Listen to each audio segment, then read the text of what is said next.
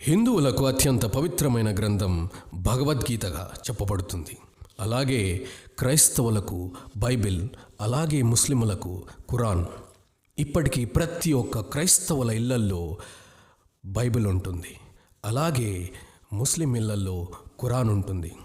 కానీ ఎంతమంది హిందువుల ఇళ్లల్లో భగవద్గీత అనే గ్రంథం ఉంది?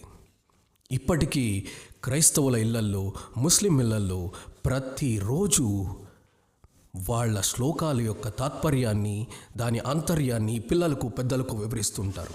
కానీ ఈరోజు హిందువులు భగవద్గీత అంటే ఒక మనిషి పోయినప్పుడు పెట్టుకునే ఒక రికార్డింగ్ ఆడియోలాగా తయారు చేసుకున్నాం. ఇది ఎంతవరకు న్యాయం, ఎంతవరకు ధర్మం?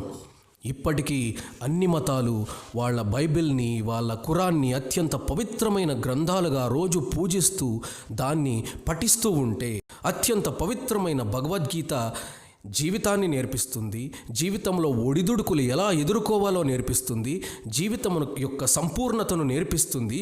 ఎంతమంది హిందువుల ఇళ్లల్లో ఇప్పటికీ భగవద్గీత ఉంది? 10% హిందువుల ఇళ్లల్లో కూడా ఈరోజు భగవద్గీత లేదు.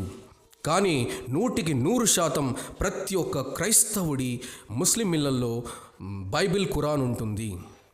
హిందుత్వాన్ని కాపాడాలంటే మనం మన పూర్వీకులు ఇచ్చిన అత్యంత పవిత్రమైన గ్రంథాన్ని, భగవద్గీతని పిల్లలకు నేర్పించాలి. దాని తాత్పర్యాన్ని, దాని ఆంతర్యాన్ని ప్రతి ఒక్కరూ తెలుసుకోవాలి. భగవద్గీత అంటే జీవితం. భగవద్గీత అనే గ్రంథం ప్రతి ఒక్క హిందువులలో ఇళ్లలో ఉండాలి. అప్పుడే మళ్ళీ హిందుత్వాన్ని మనం కాపాడుకోగలం.